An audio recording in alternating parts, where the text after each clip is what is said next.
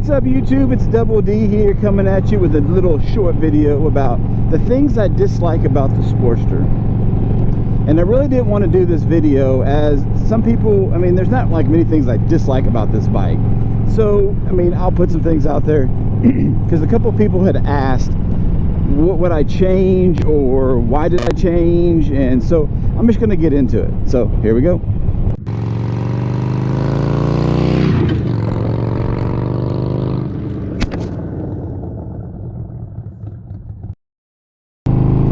Alright, so it's kind of hard for me to say things I hate about this bike because I really like this bike. So, but the big thing, and a lot of people complain about, and it was something I changed really quick, and that was the seat. Now, the factory seat was fine when I first started riding, and it was actually a good thing to have that seat, and the reason I'll explain.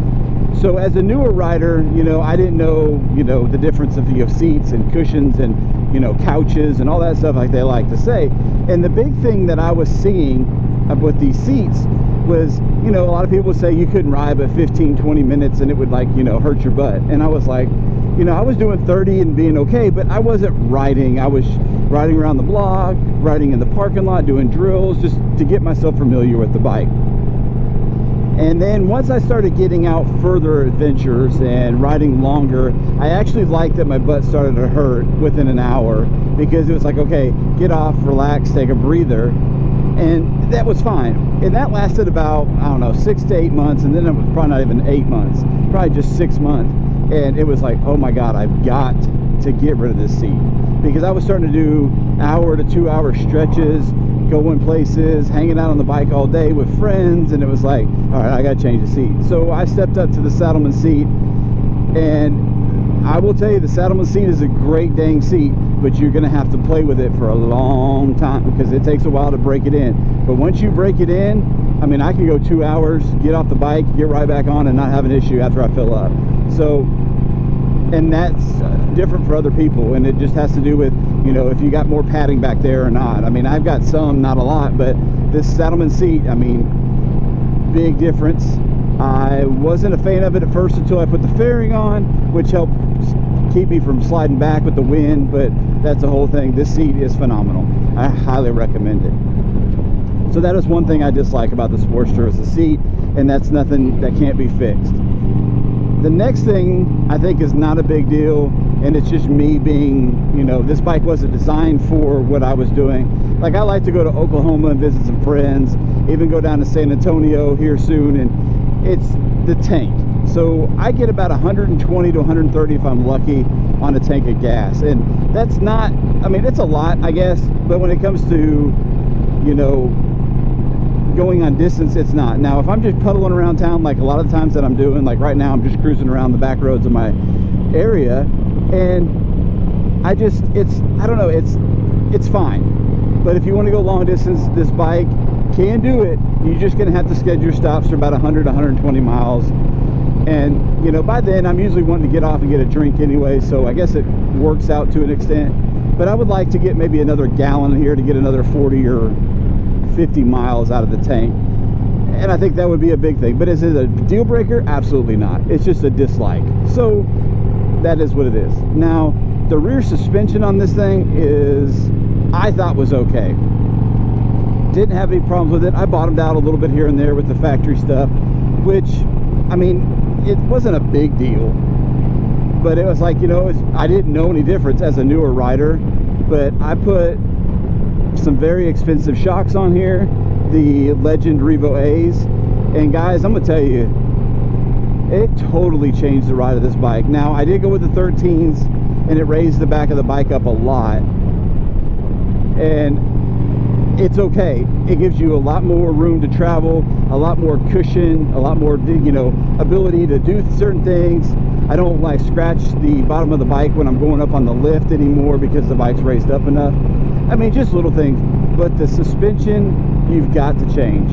I mean, that is probably one of the biggest things. And the seat and the suspension are two things that I highly recommend. And you don't need to go with the Legend Revo A's, but you can go with the Legend Revos, period. But I highly recommend them. I mean, they are they're the best of the best. Now, if you're just going to ride the Sporty for, you know, a year to as a beginner, I probably wouldn't spend the money on the Revos or the Legends in general. But if you're going to ride this bike for more than a year, I would absolutely recommend doing it. And if worst case scenario, once you sell the bike, take them off and sell them on Marketplace and get some money out of them. I mean, that's what I would do if I decided to get rid of this bike and sell these. I'd take a lot of these accessories off and sell them off, because you're not going to get any money for it when you sell it. The next thing I dislike, and it's just being one of those things, it's like, you know, I wish it had a 6th gear, and I know a lot of people talk about that, but a lot of times I'm always searching for it, and I know it's not there, and so it's kind of weird. Like, I'll be cruising at like 55, and it's like, oh, I need to shift up. Well, like, then there's nothing there, and it's like, I would like to be at a little bit of a lower RPM, but it's not a deal breaker. I mean, this thing wasn't made for cruising down the highway at 70, 80 miles an hour. Now, back in the day, in the what, 70s and 80s, when the speed limit was 55, this thing would be just fine on the highway. But now I think speed limits are getting up to the 75 and 80. This thing will do it. It's high up in RPMs, and it'll eat gas. And so that's one thing. I mean, you're looking at probably about 70 miles an hour at 4,000 RPMs, and then you start getting up to 80, you're at 45, 47. I mean, it's taking a toll on the motor, and I don't like keeping motors at that high RPM for long periods of time. Will it handle it? I'm not sure. I'm not a Harley tech or a Harley engineer, but I'm pretty sure it can handle it for a couple hours, but I wouldn't do it for long periods of time. So when I go to Oklahoma, you know, I take the back roads, and a lot of them are about 70 miles an hour now, and it handles just fine for that hour and a half to 2 hour ride without even, you know, batting an eye. It gets hot. I have another video that shows you the temperature raising and how to fix that as well while you're riding, which I thought was kind of funny. But it's not a deal breaker. Like I said, you can do it. I don't particularly like doing it. You know, wish I had that 6th gear to drop the RPMs a little bit more and just feel more comfortable with it, right? So that's the other thing. And the other stuff is just me being, I don't know, not whiny, but it's the aftermarket parts for a Sportster, and just the Harleys in general. I cannot believe the amount of customization that you can do to these bikes. Like, you can do these kind of types, like the Bobber. You can do the Dynabro style. You can do all sorts of stuff.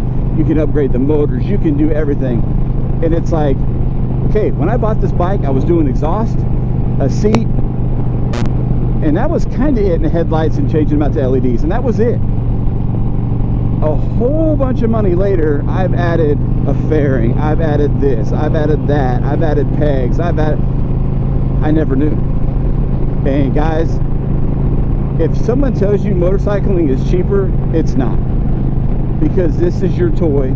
You will do everything to make it more comfortable and enjoy it. And it's unreal how much money you can spend on a bike. So that's just me. You know, I'm just trying to come up with things I dislike, and it's not a dislike. You can make the bike your own, and that's one thing I love. And I'll put a picture of my bike on the side. If you haven't seen it, check out my Instagram. I post stuff on there at least once a week. I'm trying to get a little bit better, but just life in general has gotten busy. But this is I like to say, my masterpiece. It's what I've always wanted. I like to call it my mini-me Lowrider S, because I want a Lowrider S. That's the bike that I want, but it's not in the cards at this moment. And so, and I kind of wanted to look like that, and this bike just appeals to me. Now, that's to your you know, if you like it, you like it. If you don't, you don't. There's a sporty side to everybody, or a sporty group for anybody, and then there's the sporty haters. It's a girl's bike. It's that. You know what? It's your bike. Ride it. Enjoy it. Because the groups that I hang out with could care less what bike you ride. I mean, we have all different types of bikes in our group. So that's my thing. Ride your ride, enjoy your ride, make it your own, and just have fun. Because that's all this is about, is having fun. Just the stress just goes away on a bike. And you know, that's why I do it. I love riding motorcycles. I've been riding, you know, bikes my entire life. And then all of a sudden it's like, you know what, I want to do the motorcycle thing, the way the cards fit. So, but guys, that's enough of the rambling. I love this bike. I love the sporty style. You know, really kind of hard to come up with things I disliked. I mean, they're not really dislikes. It's something that's not a big deal, but you know, I would highly recommend you changing out. But guys, with that, ride safe and have fun out there. Enjoy the ride. We'll catch you on the next one. Later.